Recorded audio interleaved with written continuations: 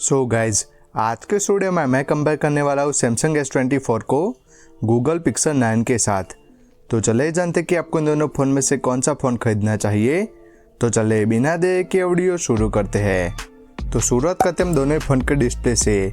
तो सैमसंग में हमें 6.2 इंच की LTPO 2X dynamic AMOLED display देखने को मिलने वाली है और साथ ही में हमें 120 हर्ट्ज के रिफ्रेश रेट का सपोर्ट है। और ये जो डिस्प्ले उसमें आपको 2600 निट्स की पिक ब्राइटनेस और HDR10+ का सपोर्ट है। जबकि गूगल की बात करते हैं इस फोन में आपको 6.3 इंच की एक्वा OLED डिस्प्ले देखने को मिलेगी और साथ ही में 120 हर्ट्ज के रिफ्रेश रेट का सपोर्ट है। और ये जो डिस्प्ले उसमें आपको 2700 निट्स की पिक ब्राइटनेस और HDR10+ का सपोर्ट है। तो अगर डिस्प्ले की बात करते जो सैमसंग का फ़ोन है उसमें आपको ज़्यादा प्रीमियम और कलरफुल डिस्प्ले देखने को मिलेगी।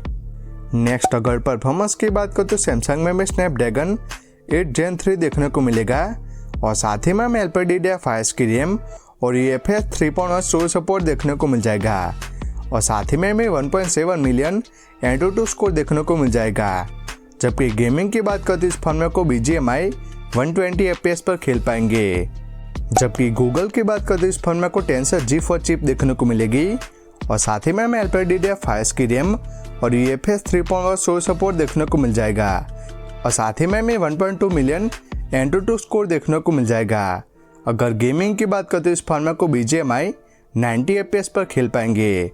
तो अगर परफॉर्मेंस की बात करते जो सैमसंग का फ़ोन है उसमें आपको ओवरऑल स्मूथ परफॉर्मेंस देखने को मिलेगी और साथ ही में अगर आपको गेमिंग करनी है तो वो आप सैमसंग के फ़ोन में बेटर गेमिंग कर पाएंगे।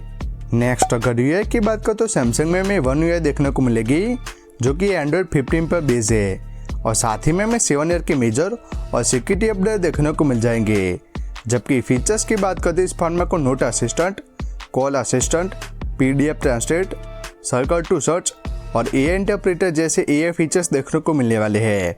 जबकि गूगल की बात करते इस फोन में को स्टॉक एंड्रॉयड देखने को मिलेगा जिसमें कि हमें 7 ईयर के मेजर और सिक्योरिटी अपडेट देखने को मिल जाएंगे। अगर फीचर्स की बात करते इस फोन में को Gemini AI, AdMe, magic editor, pixel studio और स्क्रीनशॉट स्टूडियो जैसे AI फीचर्स देखने को मिलने वाले हैं। तो अगर UI की बात करते हैं जो दोनों फ़ोन हैं वो काफ़ी स्मूथ चलते हैं। बाकी दोनों फ़ोन में आपको काफ़ी सारे AI फीचर्स देखने को मिलेंगे।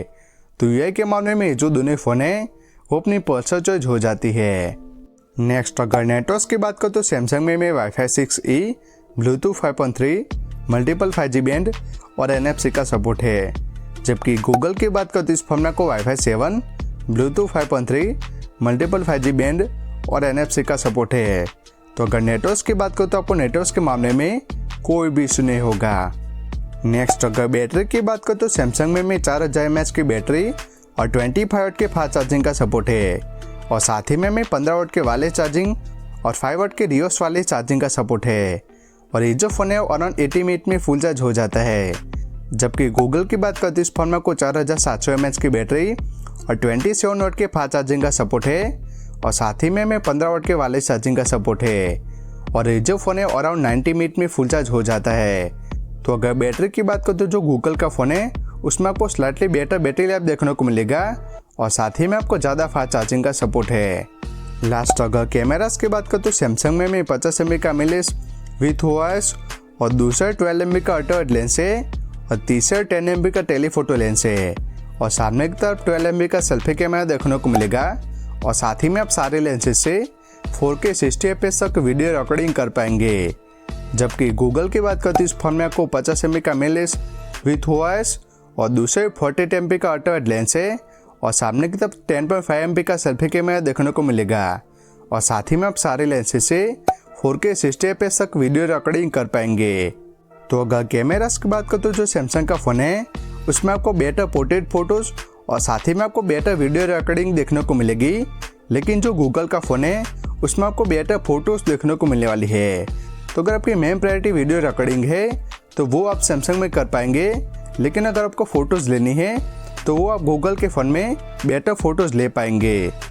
लास्ट अगर प्राइसिंग की बात करें तो सैमसंग S24 की जो प्राइस है 8GB रैम और 128GB मेमोरी के साथ 40,000 से शुरू होती है। लेकिन ऑफर्स के साथ आपको 38,000 में देखने को मिल जाएगा।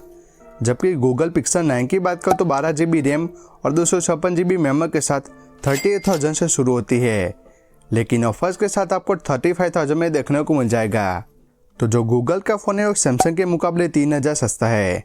तो अगर और बात करूँ तो मेरे हिसाब से जो सैमसंग का फ़ोन है उसमें आपको बेटर डिस्प्ले, बेटर परफॉर्मेंस और साथ ही में आपको बेटर वीडियो रिकॉर्डिंग देखने को मिलेगी।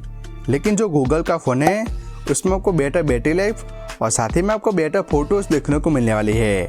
तो अगर आपकी मेन प्रायोरिटी परफॉर्मेंस और साथ ही में आपको बेटर वीडियो रिकॉर्डिंग करनी है तो बेशक आप सैमसंग S24 की तरफ जा सकते हैं।